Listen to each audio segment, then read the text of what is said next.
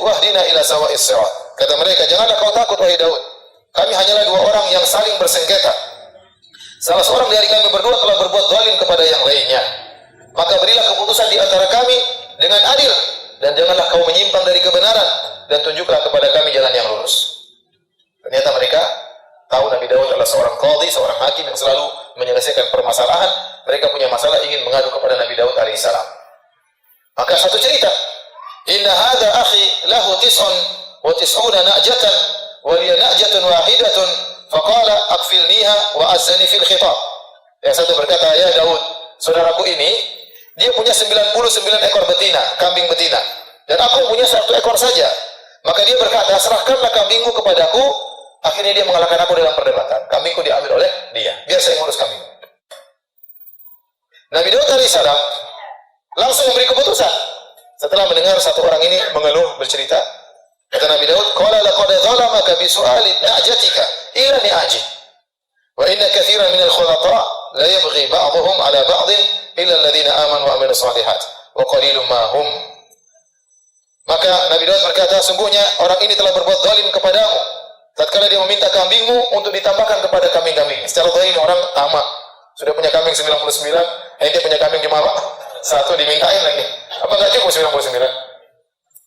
Nabi Daud langsung beri keputusan.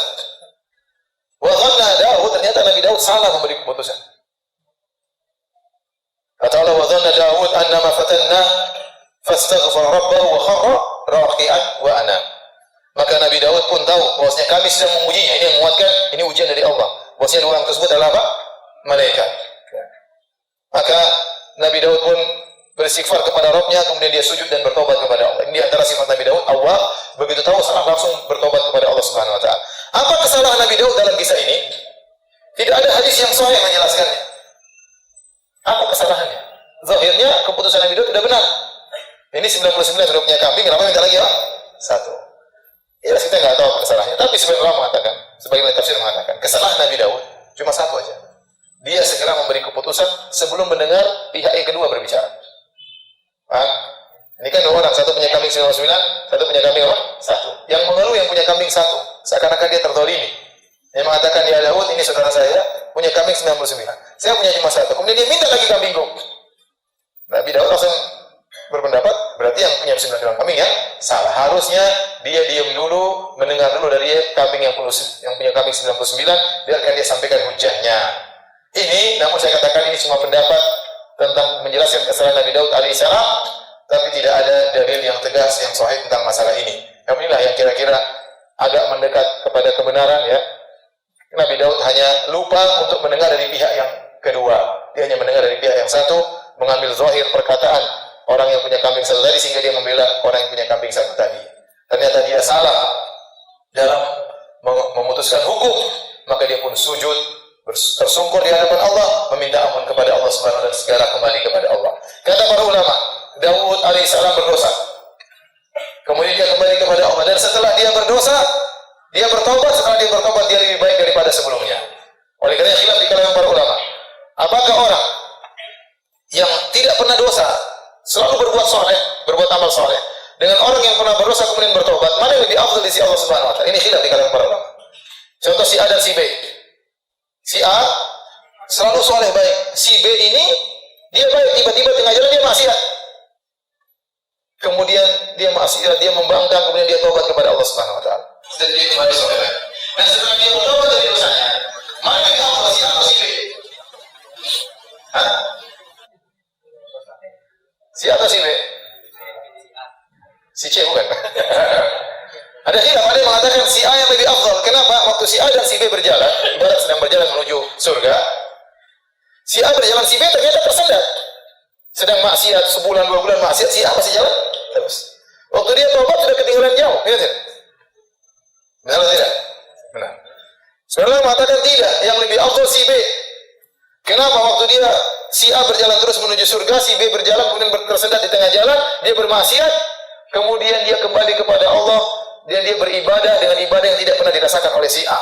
Itu benar-benar merendah di hadapan Allah, menangis, sujud kepada Allah Subhanahu wa taala, merasa hina, takut luar biasa, yang semua ibadah hati tersebut membuat dia langsung meloncat ke depan. Paham? antum maksiat saja enggak ya? Jangan salah paham. Ya. Ini kita bicara tentang orang sesekali maksiat, seperti para anbiya, sesekali maksiat, orang-orang soleh sesekali maksiat. Allah takdirkan mereka bermaksiat agar mereka punya ibadah tersendiri yang luar biasa. Syekhul Islam Ibnu Taimiyah rahimahullah taala memperinci. Ini dinukil oleh Ibnu Qayyim dalam kitabnya Madarijus Salikin. Ibnu Taimiyah rahimahullah berkata, kalau orang yang tadinya berdosa kemudian dia bertobat, dilihat apakah setelah dia bertobat lebih baik daripada sebelum dia berdosa?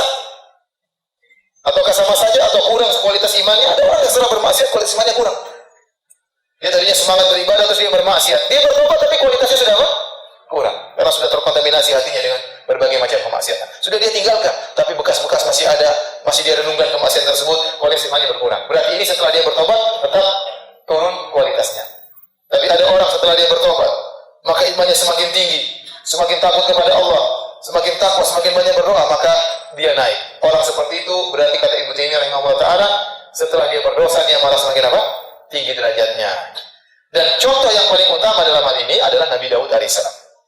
Nabi Daud alaihissalam, dia bersalah dan dia bertobat kembali kepada Allah lebih afdal daripada sebelum dia berdosa. Paham? Kata Allah, "Faghfarna lahu dzalik." Kami pun ampuni dia. Kesalahan cuma salah dalam berhukum. Kemudian kata Allah, kami pun ampuni dia. Wa inna lahu indana la zulfa wa husna ma'ab. Dan sungguhnya dia mempunyai kedudukan dekat pada sisi kami, zulfa, kedekatan kepada Allah, dan dia memiliki tempat kembali yang baik. Kata Allah, ya Daud, inna ja'alna khalifatan fil ard. Wahai Daud, kami jadikan engkau pemimpin di atas muka bumi. Fahkum bainan nas bil haq. Maka berhukumlah dengan kebenaran di antara manusia. Wala tattabi'il hawa fayudhillaka an sabilillah. Jangan kau ikuti hawa nafsumu, maka engkau akan disesatkan dari jalan Allah Subhanahu wa taala. Innal ladzina yudhilluna an sabilillah lahum adzabun syadidun bima nasu yaumal hisab. Sungguhnya orang-orang yang tersesat dari jalan Allah Subhanahu wa taala, bagi mereka azab yang pedih, azab yang keras karena mereka melupakan hari perhitungan. Baik, ini di antara bagaimana bukti bahwasanya Nabi Lut awal begitu bersalah langsung bertobat kepada Allah Subhanahu wa taala. Allah sebutkan juga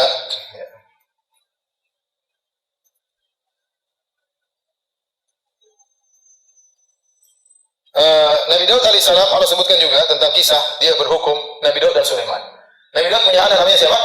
Sulaiman. Dua-duanya orang-orang yang berilmu. Ya. Allah berikan ilmu, Allah jadikan mereka berdua seorang nabi. Setelah Nabi Daud meninggal, maka Nabi Sulaiman yang menjadi apa? Nabi. Tapi mereka sempat barengan, ya, sama-sama berilmu, sama-sama nabi. Ya, sang bapak nabi, sang anak juga apa? Nabi. Allah berfirman, "Wa Dawud wa Sulaiman idh yahkumani fil harthi idh nafashat fihi ghanamul qaum wa kunna li hukmihim syahidin." Dan ingatlah kisah Nabi Daud dan Nabi Sulaiman alaihi masalam. Di waktu keduanya memberi keputusan mengenai tanaman, karena tanaman itu dirusak oleh kambing-kambing kepunyaan kaumnya, dan adalah kami menyaksikan keputusan yang diberikan oleh mereka itu. Jadi ada masalah, ya. Intinya ada seorang punya kambing-kambing, dia gembalakan di daerah kebun orang lain. Ternyata kambing-kambing tersebut masuk di kebun orang lain, dirusaklah kebun itu. Akhirnya mereka berdua datang kepada Nabi Daud alaihissalam. Kami ada masalah. Nabi Daud kan orang qadhi yang bijak. Allah berikan dia fasl khitab, memberi keputusan dalam persengketaan. Maka Nabi Daud mendengarkan permasalahan mereka berdua, kemudian Nabi Daud memutuskan, kalau begitu kambing-kambing yang merusak kebun tadi diberikan kepada pemilik kebun. Karena kerusakan yang dialami oleh pemilik kebun nilainya mirip dengan nilai kambing-kambing yang merusak. Ya udah, ganti rugi.